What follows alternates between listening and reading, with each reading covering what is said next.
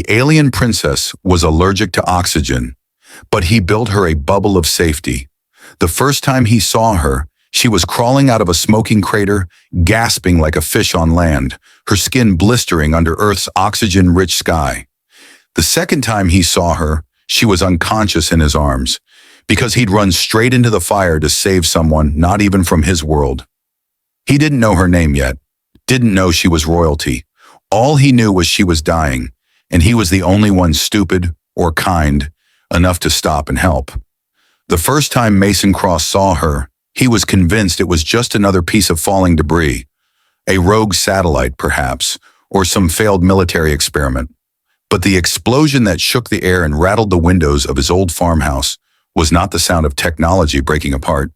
It was a scream, a raw, inhuman sound that vibrated through the ground beneath his feet, making the hairs on his arms stand up. He grabbed his binoculars off the table, ignoring the half-filled cup of coffee that sat untouched next to the scattered blueprints of his greenhouse. It was a habit of his, always thinking about the farm's setup, solar panels, irrigation systems, and crop rotations, until the noise snapped him out of it. Through the lenses, he saw the crater, smoke still billowing from its center. But there was something else, something moving. A figure, no, a person, crawling slowly out of the wreckage, her movements jerky and strained, as though each inch she pulled herself forward cost her a great deal of effort. Mason's heart skipped a beat. She wasn't human. He could tell by her height, her skin, the strange, shimmering texture of her suit. Her eyes, wide with panic, were not the pale blue of any human he had ever seen. His first instinct was to call the authorities. But as he stared, seeing her struggle to even stand, he realized the truth. She was not an invader. She was a victim, and if no one helped her, she would die right there, alone and terrified. Without another thought, he grabbed the nearest air tank, one of the old portable ones he used for storm shelters, and dashed outside, his boots kicking up dust as he sprinted toward the clearing where the crater lay. The closer he got, the more he could see the damage. The ship, if it had ever been one, was smoldering, broken beyond recognition, parts of it scattered over the field like twisted metal bones. The girl, this alien, was still crawling, her breath coming in ragged gasps. Her chest rose and fell as if struggling to hold on to life, her hands weakly reaching for the ground beneath her. The closer he got, the more he could see the horror on her face. Blisters, burn marks, her skin bubbling from contact with the oxygen in the atmosphere. He could tell she was allergic to Earth's air the moment he saw her skin. There was no mistaking it. She was dying. Without thinking, Mason knelt beside her, placing the air tank between them. He didn't know what else to do, but something in him, a deeply buried sense of responsibility, compelled him to act. The world outside of this place didn't care about her. They would call her a threat, a danger, a reason to panic. But Mason didn't see any of that. He saw a creature stranded in pain and about to fade into nothing if he didn't do something. "Hey," he said, his voice softer than he intended, as he crouched beside her.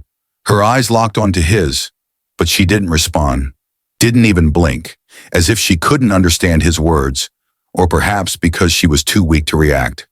"Don't worry, I won't hurt you," he muttered, reaching for the shattered remains of her suit.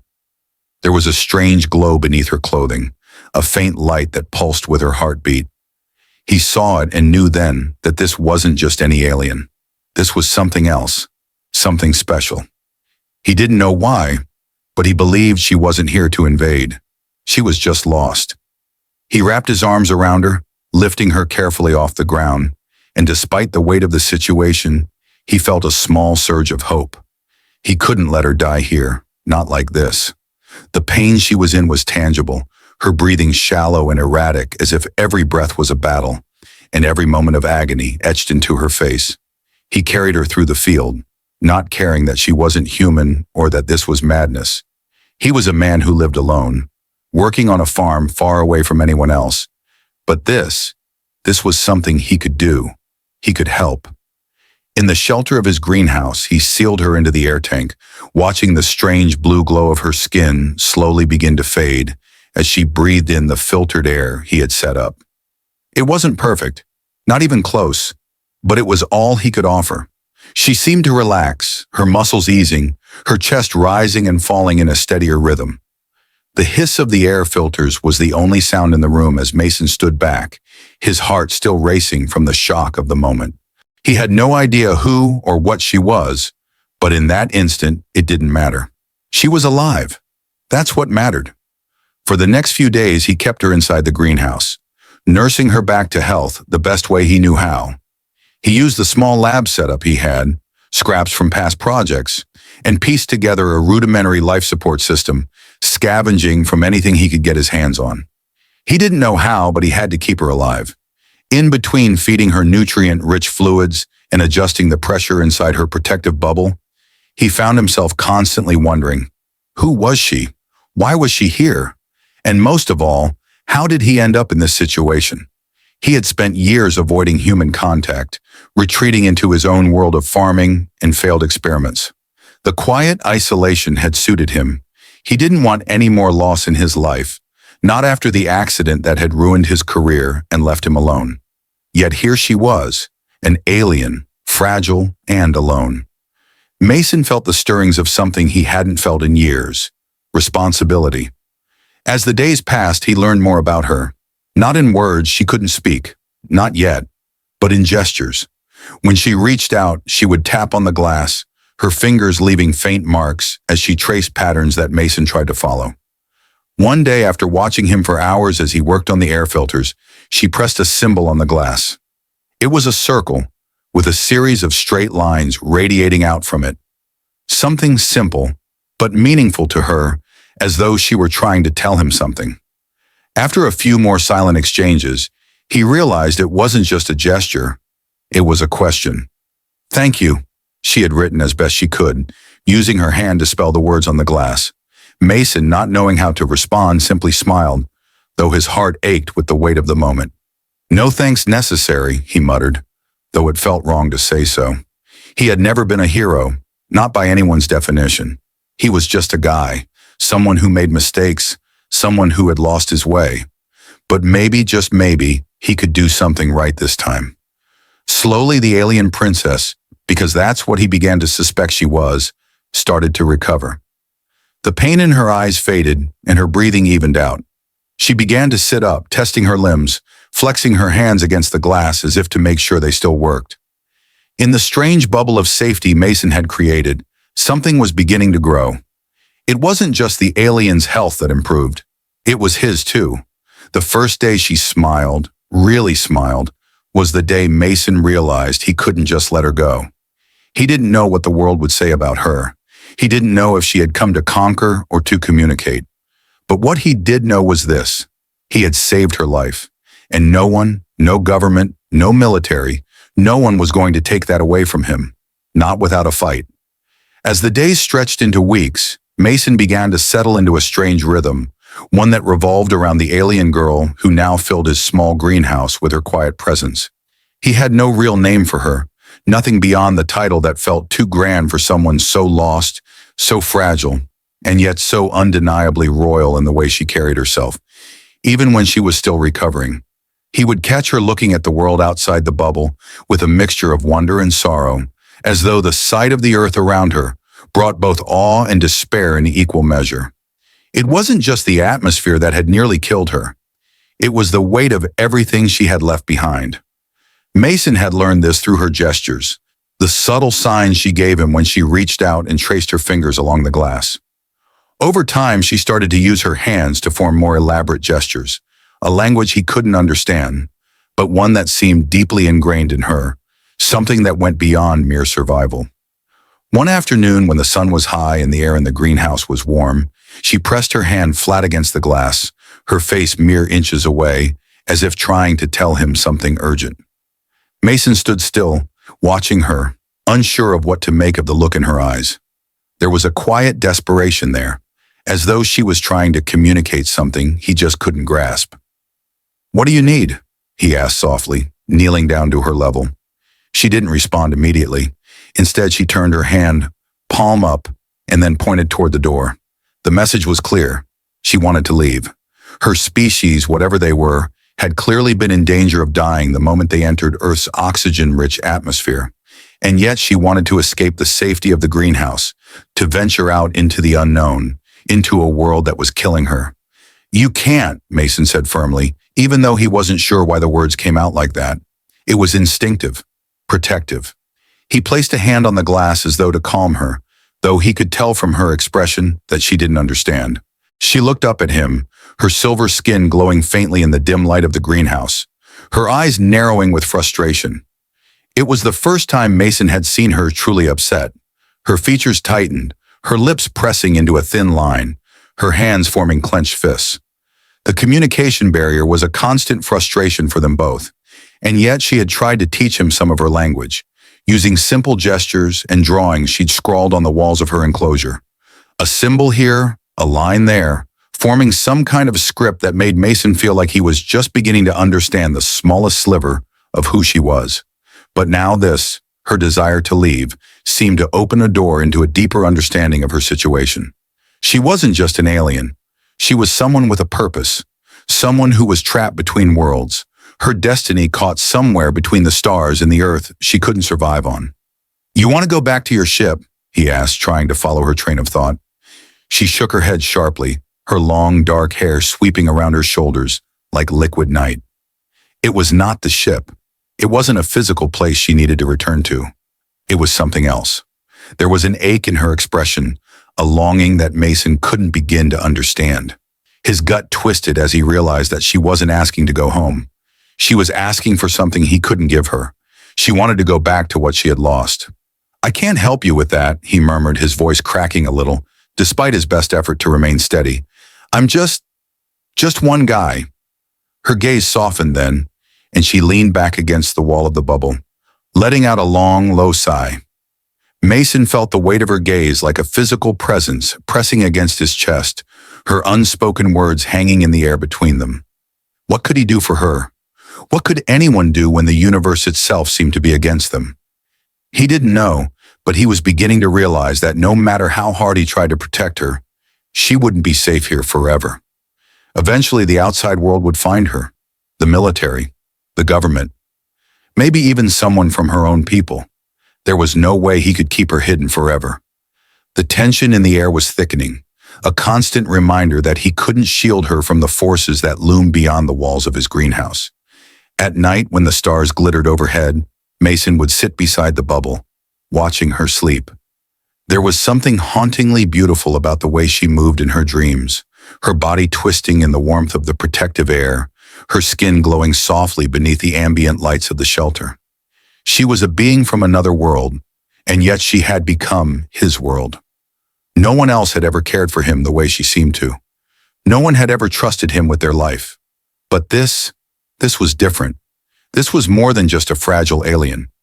She was an unspoken promise, a reminder of what Mason had lost and what he was starting to find again. Purpose. As the days passed, the idea of letting her go, of handing her over to the authorities, of sending her back to whatever alien destiny awaited her, became more and more unbearable. He couldn't do it. He couldn't stand the thought of losing her, not after everything they'd been through, not after the small moments they'd shared. But the world outside was closing in. Mason's farm was too remote to escape the inevitable. He had noticed the drones flying overhead more frequently. At night, he heard the distant hum of military vehicles, their lights blinking in the darkness. The government was getting closer, and soon they'd find her. It wasn't a matter of if anymore. It was a matter of when. And so he worked faster. The makeshift air filter was holding, but it wasn't enough. He needed more resources. He needed to build something that would keep her alive when they came for her. Something that could keep her from dying the moment she stepped out into the Earth's atmosphere again. Every morning, he scoured the nearby abandoned scrapyard for parts, old solar panels, pieces of broken machinery, anything he could use to upgrade the system he had put in place for her. It wasn't the most sophisticated technology, but it was all he had. He didn't know how long he had before they would come for her, but he wasn't about to give up now. He had a responsibility. He had a promise to keep, even if that promise had only been made to himself. "I'll fix this," he said quietly one night, looking down at her, watching her sleep in the dome. "I'll fix this no matter what." And as the wind howled outside and the sound of distant footsteps echoed from beyond the edge of the farm, Mason made a vow. He wouldn't just protect her from Earth's oxygen. He would protect her from everything else too.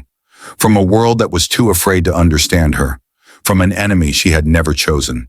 He wouldn't let her be another casualty of fear. If the world wasn't ready to accept her, then he would make it. And whatever it took, he would make sure she didn't face that fate alone. The sound of the wind outside was nothing compared to the storm that raged inside Mason's mind. Each passing day brought a new sense of urgency, as though time itself was beginning to run out. He had already managed to reinforce the greenhouse and the air filter system, scavenging parts and piecing together a more stable life support setup for Thalen. But it wasn't enough. His gut twisted with the knowledge that he wasn't a scientist or a genius. He was just a farmer with a mechanical inclination. And no matter how hard he tried, there was only so much he could do with his limited resources. The government was getting closer. He could feel it. He could hear the drones flying low at night, scanning the vast fields around his property, picking up any sign of movement. And as much as he had tried to ignore the increasingly frequent military convoys that passed along the distant highways, they were becoming harder to dismiss. They were coming. He couldn't stop it. But Thalen? She didn't belong here. She didn't belong in the cold, sterile environment of a greenhouse that was barely a refuge. He had to find a way to get her to safety. Somewhere, anywhere, where she wouldn't have to hide anymore. Somewhere she could breathe without the constant fear of death. But every plan he came up with felt futile. There were too many variables, too many dangers, and too many unknowns. It wasn't just the military that terrified him. It was the reality of what Thalen was facing. Her body, fragile as it was, couldn't survive in this atmosphere for long. Every breath she took was a risk. Every time the air filter malfunctioned or the bubble flickered, she was a step closer to fading away, to returning to the void she had come from. Mason knew he couldn't keep her in this protective dome forever. And yet, he had no idea how to get her to a place where she could truly be safe, where she could thrive. The problem was bigger than him. He needed more knowledge, more resources, more answers. He couldn't keep improvising, and that was when he decided he couldn't do this alone. One evening after a long day of scavenging and repairs, Mason found himself staring at the starry sky through the small window of the greenhouse. The air was crisp, but it was still too much for Thalen. Even with all the precautions, the outside world was still a lethal place for her. He turned around to see her sitting on the floor, her back against the glass, watching him intently. Her once silver skin had taken on a more subdued glow, a testament to the healing that had slowly been happening in the protective bubble. She was still so weak, physically, emotionally, but Mason had seen a spark of something more in her eyes, a fire that refused to die. It was in the way she had begun to trust him, how she would place her hand against the glass whenever he was near, as though reaching out to him in some silent plea for companionship. It was in the way she'd learned to mimic his gestures and movements, following his every step like a shadow.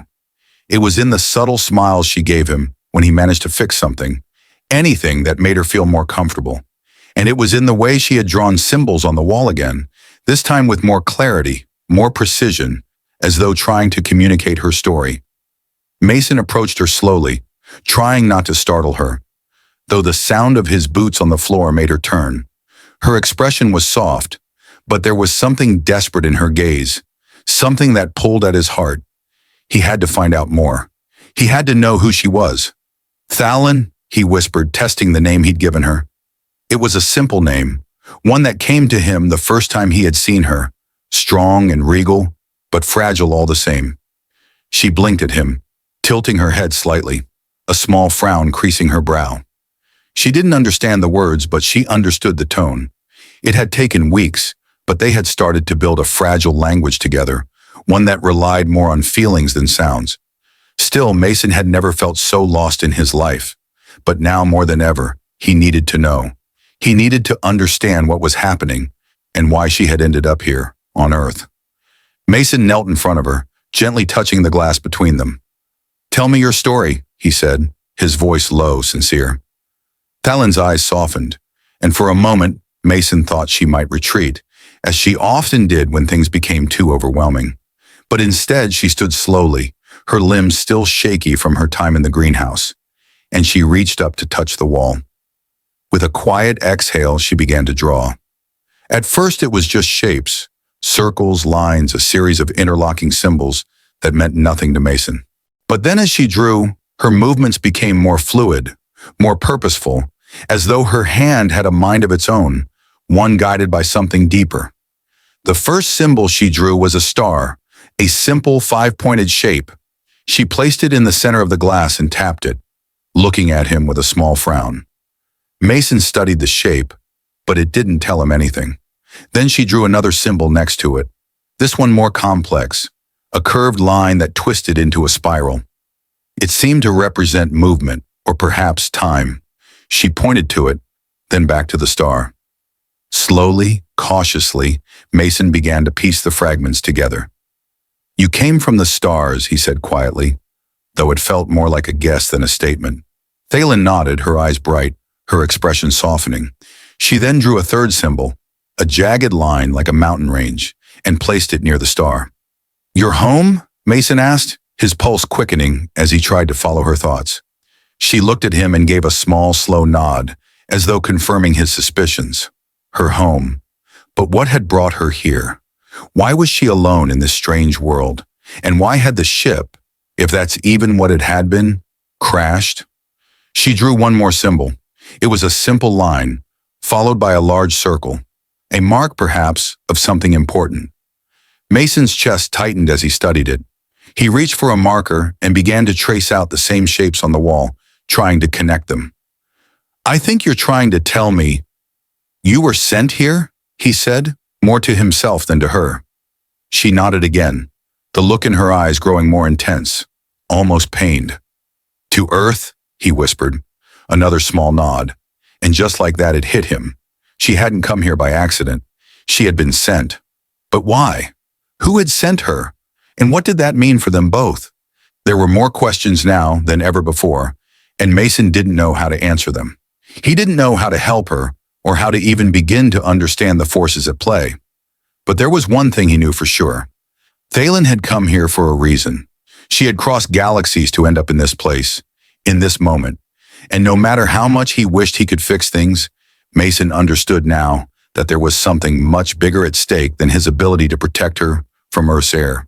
The stakes were higher than he had ever imagined. And as the world outside his small, makeshift shelter continued to close in on them, Mason knew that the next step was one he couldn't take alone. He needed help. But who could he trust with this secret? Who could he turn to with a story so far beyond belief, so wrapped in mystery and danger? Thalen had come here for a purpose, and whatever that purpose was, Mason had already promised her something he couldn't take back. He wouldn't let her down. Not now. Not ever. The reality of their situation began to weigh heavily on Mason's mind as the days passed. The more he learned about Thalen, the more questions he had, and the less he felt capable of answering any of them. He had kept her hidden as best he could, but every day the outside world pressed in closer. The drones that once felt like distant threats now seemed to patrol with more frequency, as though they were actively searching for something, or someone. Mason had always been good at working alone, living quietly on his farm, and keeping to himself. But now every moment felt like a countdown. Thalen was no longer just a visitor. She was a life he had to protect, a life he couldn't afford to lose. He had learned more of her story over the past few days, but it was fragmented, like trying to put together pieces of a broken mirror. Thalen's alien language, what little he had managed to decipher, seemed to hint at a royal lineage. But the more Mason understood, the more certain he became that this was not just some simple accident. She had been sent to Earth, but not by her own will. The realization was hard to swallow. She had been sent here, stranded, perhaps deliberately, to escape some unseen enemy. But who could have done that? Why would anyone want her in this situation, in a place so hostile to her existence? The notion of someone, or something, having that kind of power was more terrifying than anything Mason had imagined. And as he continued to piece together the details, his concern for Thalen deepened. The longer she stayed, the more fragile she became. The air in the greenhouse was enough to keep her alive, but barely. There were signs of deterioration in her skin, slight discolorations that had begun to form around the edges of her limbs, an indication that her body was still rejecting Earth's oxygen. Every day was a battle against time, against her very biology. The human body was resilient, adaptable. But for Thalen, Earth's atmosphere was a constant poison. Mason knew that he couldn't keep her here forever. He couldn't let her die like this, trapped inside a bubble, a prisoner of her own biology. But where could they go? There had to be a way to escape, someplace where she wouldn't be endangered by the very air she breathed. It was on one of these nights, with the weight of the world pressing down on him, that Mason made a decision. He could no longer wait for some miraculous solution to appear. He would have to make a choice, a sacrifice, and that meant trusting someone else. The question was, who could he trust? In a small, isolated town like this, there were few who could keep a secret. But Mason knew there was one person he could turn to, someone who had once been a friend, a scientist, Dr. Lydia Harper. She had left the small town years ago to pursue research in a bigger city, but Mason had kept in touch with her over the years. They had exchanged occasional letters, and he knew that she was one of the few people who might be able to help him, someone who could understand the complexity of Thalen's condition and offer the expertise he desperately needed. It was a gamble, but it was the only chance he had left. The next morning, Mason made the decision. He packed a bag, filled it with supplies, and set out for the nearest town. The journey was long, but it gave him time to think. He had no idea how Lydia would respond when he told her about Thalen. He didn't know if she would believe him, or worse, if she would turn him in to the authorities. But Mason couldn't wait any longer. Thalen's life was on the line, and Mason had already promised her that he would do whatever it took to keep her safe. When he reached Lydia's lab, a cold knot settled in his stomach. The familiar sights of the small research facility didn't bring the comfort he had hoped. Instead, they reminded him of just how much had changed since he had last seen her. He stood at the door, taking a deep breath, before knocking. The door swung open to reveal Lydia, just as bright, just as intense as he remembered her. "Mason?" she said, her eyes widening in surprise. "I didn't expect to see you here. What's going on?" Mason stepped inside, his heart racing. "Lydia, I need your help," he said quietly. The words felt strange coming from his lips, but they were true. He needed her help more than he had ever needed anything in his life. "It's about an alien, a girl. She's sick." Lydia's face immediately shifted into one of concern, but it wasn't the kind of concern he had expected. She didn't look at him like he was crazy, like he had lost his mind. Instead, she studied him carefully, as though weighing his words. "What kind of sick?" she asked, her voice low and measured. "And where is she?" Mason hesitated, but there was no turning back now. "She's on my farm. She's allergic to Earth's atmosphere. She can't breathe the air." Lydia blinked, her brow furrowing. "Are you serious?" "I know it sounds insane," Mason replied, his voice strained. "But it's true. I need you to help me. I don't know how much time she has left. She's dying, Lydia, and I can't fix it. You're the only one who might be able to help." Lydia studied him for a long moment before nodding. "All right, show me." And just like that, they were on their way. Mason's heart raced as he drove them back to the farm. He wasn't sure what he expected Lydia to think once she saw Thalen, but he hoped she would see the same thing he saw. The girl who was more than just a victim of circumstance. The girl who had somehow managed to hold on to hope despite everything. When they arrived, Mason led Lydia into the greenhouse. Thalen was sitting near the center of the room, her eyes closed, her skin pale, but her breathing steady. She looked like a fragile angel caught in the web of a foreign world, unable to survive but determined to fight. Lydia knelt beside her, her hands reaching out to study the air filter system and check her vitals. After a few moments of silence, she stood up, her expression unreadable. "You weren't lying," Lydia said softly. "This is real. I've never seen anything like this before." Mason felt his heart skip a beat. "You can help her, right?" Lydia turned to face him, her eyes serious. "It's going to take time, and we'll need more resources than what you have here. But I think we can save her. We just need to be careful." Mason nodded, his chest swelling with a mixture of hope and relief. For the first time in weeks, he felt like they had a chance. They weren't out of danger yet. The military was still a constant threat, and the clock was still ticking on Thalen's health. But with Lydia's expertise, there was finally a light at the end of the tunnel. Mason had done everything he could to keep her safe, but now it was time to trust someone else, to trust Lydia to help them find a way to save her. And maybe, just maybe, they could figure out how to return her to the stars before it was too late.